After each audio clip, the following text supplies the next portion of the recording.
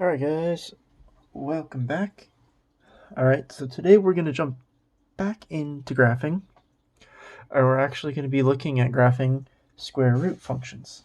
Alright, so our I can statement today is I can graph a square root function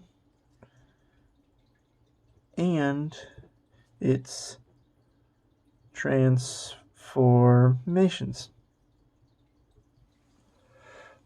So, what does that mean? So a square root function, this is a function that contains a square root, where with the independent variable x inside the radical. So the parent function is f of x equals the square root of x. Alright, and then we have a nice graph, alright, with two key points, alright, and we'll be kind of expanding on those. Alright, so typically when we do this, alright, the numbers that I use and I recommend using, so remember f of x is really like your y. For your x's, I'm really going to do 0, 1, 4, 9, and 16. Alright, and those might look familiar because they are perfect squares. So when I take the square roots of these, I get 0, 1, 2, 3, and 4. Alright, so those are your x coordinates and those are your y coordinates. Don't mix those up, okay? So your domain for these, okay, if you remember, domain is all of the x values you can plug in, alright? We can plug in 0, but we can't plug in a negative. So our x has to be greater than or equal to 0. Alright? And then because we can't plug in a negative number for x, that means our y's, our range, also have to be the same thing. It has to be greater than or equal to 0. Okay? So let's go ahead and do some examples where we're just taking a look and identifying the domain and range. I'll add the range. So if you want to think about it, alright, inside, alright, deals with domain, outside deals with range. And you'll see what I mean here in a second. Alright, so for this one, our domain is x minus 5 has to be greater than or equal to 0. So x minus 5 is greater than or equal to 0. So I just need to get x by itself, so I'm just going to add 5. So get x is greater than or equal to 5. That's our domain. Alright, our range, okay, because I said that the outside deals with the range. Alright, we have a 3 on the outside, but 3 times 0 is 0. So our range is still going to be y is greater than or equal to 0. Okay, let's go down to the next example. Alright, so what's inside the or underneath the square root, that's going to be what we do with our x. So 2x is greater than or equal to 0. I just need to divide by 2. 0 divided by 2 is 0. You guessed it, hopefully. Alright, so that's our domain. Our range, alright, there's a plus 7 on the outside. So that means we need to add 7 to 0. So this time our range is y is greater than or equal to 7. Alright, so now you have a couple problems that you want to do, alright, on your own real quick, and then we'll jump back into it. Okay, so we're going to go a little bit out of order with things, but, alright, it's going to make sense why we did go a little out of order. Okay, so we have, this is the true parent function of a square root. There's a lot of letters, I know, alright, but we'll kind of discuss what each one does. Some of them you have seen before, like A, H, and K. Alright, we should already know what they do. H moves the graph left or right, K moves the graph up or down. A, all right, vertically stretches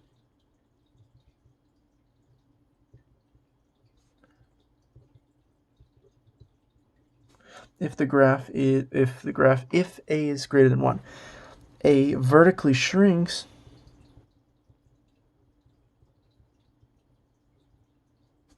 the graph if A is between 0 and 1, if it's a fraction. Okay? If A is negative, all right, then the graph is reflected over the x-axis. B, horizontally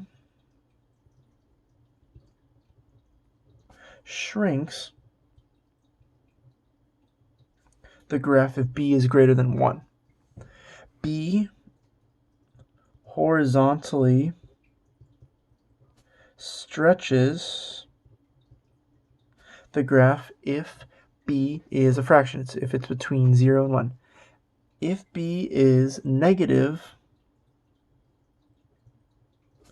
all right, the graph is reflected over the y-axis. Okay? And that's all you really need to know. So with some of these transformations, it's very similar to before. All right, so if you remember those, all right, which hopefully you do, all right, then these next couple problems will be easy for you. All right, so we're going to take a look at our first example, number 5. All right, so you have g of x equals negative square root of x minus 2. All right, so this affects this because it's on the outside of the square root. All right, so that means we need to multiply by negative 1. So I'm going to draw a dotted line, and I'm going to draw my parent numbers that I went over on the first side, which were 0, 1, 2, 3, and 4 for our f of x. And then I'm just going to multiply this by negative 1. So 0, negative 1, negative 2, negative 3, and negative 4. All right, for my x, all right, if you remember, all of your h's always did the opposite of what you thought they did. So instead of subtracting 2, we're really going to add 2. And I'm going to do the same thing over here. I'm going to do 0, 1, 4, 9, and 16, which were these numbers squared. So if you forget them, it's 0 through 4 for your f of x, and then you square them to find your x. All right, so now we just need to add 2 to all of these. So 2, 3, 6, 11, and 18. All right, and now we're going to graph them. So we use these for our x's and these for our y's because these are really coordinates. So 2, 0. All right, 3, negative 1. 6, so 4, 5, 6, negative 2. And then 1, 2, 1, 2, 3, 4, 5. 6 should be right here, my bad. And then 11's over here. So that should look like that. So if you remember, your parent function looked something like that. So what exactly were our transformations here? All right, so we only had 2, okay? So this negative in front, all right, it's a negative 1. So it didn't stretch or shrink anything. It just flipped everything over the x-axis. All right, that's all that happened with the y. This negative 2, this shifted the graph right 2. And that's it. That's all that's happening in this equation and graph right here. Okay? And if you wanted to, all right, your domain, I'm just going to do this for like 2 of them. All right, domain, because we went to the right 2, all right, x is going to be greater than or equal to 2. And then our range, all right, because we're going down now, y has to be less than or equal to 0. All right, so we're going to go ahead and flip over to back now to example 3, and we'll just go through... Actually, we need to go through some more problems. All right. So, if you notice, all right, that plus 3 is on the outside, so we're only changing the f of x. So 0, 1, 2, 3, 4, and then we just need to add 3 to those. So 3, 4, 5, 6, 7, and then our x's were the same, which were 0 through 4 squared. So 0, 1, 4, 9, and 16. So now we're going to graph this and this. So 0 goes to 3, 1 goes to 4, all right, 2, 3, 4 goes to 5, 4, 5, 6, 7, 8, 9, and that's pretty much all we can fit on the graph. All right, so our domain, because our x didn't change at all, x is still going to be greater than or equal to 0, and then our range, because we went up 3 and we're still going up forever and ever, y is to be greater than or equal to 3. And that's it. All right, so on to the next one. All right, we have the square root of x minus 4. So remember, because that minus 4 is on the outside, it directly affects the f of x. So we're going to subtract 4 from our 0, 1, 2, 3, and 4. So minus 4, minus 3, minus 2, minus 1, and then 0. And then our x's are still the same, 0, 1, 4, 9, and 16. So then we are going to graph those and then identify the domain and range. So we go 0, -4, 1, -3, 4, -2, all right, 9, -1, and that's all we can plot. And then that's it. All right, so again, our domain was not affected at all. So x has to be greater than or equal to 0. And then our range, because we shifted down, but we're still pointing up, our range is y is greater than or equal to our vertex at -4. And that's it. All right. So now with this one, okay, our x is the thing that's being affected. So we're really doing the opposite. So we're subtracting 5. All right, and I'm going to still write down the 0, 1, 4, 9, and 16, but now I'm going to subtract 5 from everything. So -5, -4, -1, 4, and 11. And then our f of x stay the same as they were with this. So 0, 1, 2, 3, 4. And now I'm just going to plot these points. So -1, 2, 3, 4, 5, 0, -4, 1, -1, 2, 4, and then 11, 5. So just like that. So your domain is still, because we shifted left 5, all right, our x's now have to be greater than or equal to -5, and then our range, oops, sorry. All right, because we didn't move up or down, it's still going to be the original one, which is y is greater than or equal to 0. So hopefully that hasn't been too confusing so far, but now we're going to take it up a notch and add a couple more twists and turns to what we're looking for. Okay? So if we're going on to example 6 now. All right, so we have this 1/4. So remember, because it's on the inside of the square root, we're going to do the opposite of really dividing by 1/4 or dividing by 4. So we're going to do the opposite of multiplying by 1/4, which is multiplying by 4. All right, so I'm still going to do my 0, 1, 4, 9, and 16, but now I'm going to multiply everything by 4. Okay. So 0, 4, 16, 36 and 64, and then my f of x's are staying the same, so 0, 1, 2, 3, and 4. So now all we can do is plot as many points as we can, so 0, 0, and then 4, 1. That's pretty much all we can do on this graph, because everything else is off the graph. So what were our transformations? Well, if you remember and look back at that dotted box we did on one of the previous pages, all right, because this is a fraction, we have a horizontal stretch.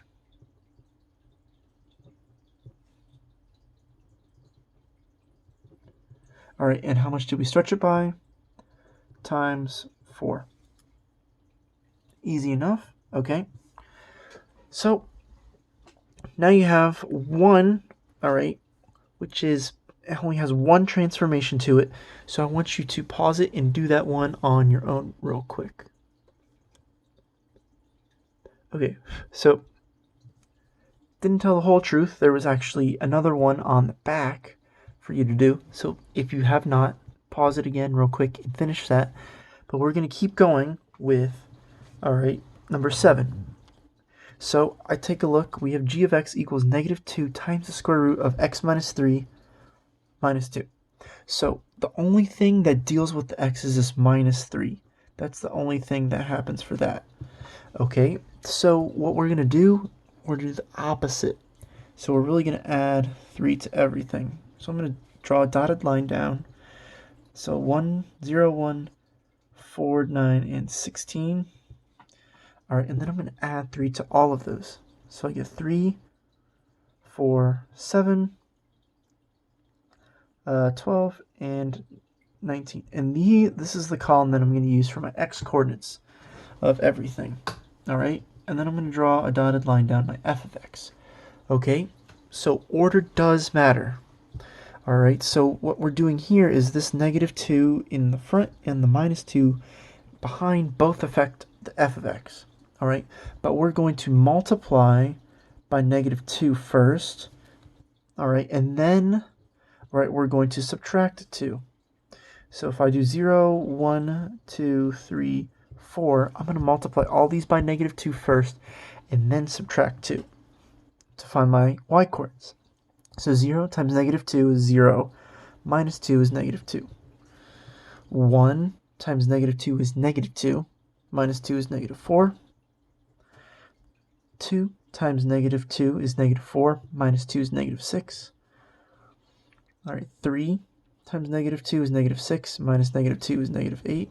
And if you picked up on the pattern, we're really just subtracting 2 each time. But still, negative 4, or 4 times negative 2 is negative 8, and then minus 2 is negative 10. So those are the coordinates which we use. So we're going to go to 3, negative 2, that's where our vertex is. All right. Then we're going to go to 4, negative 6, negative 4, negative 4, my bad. And then we're going to go to 7.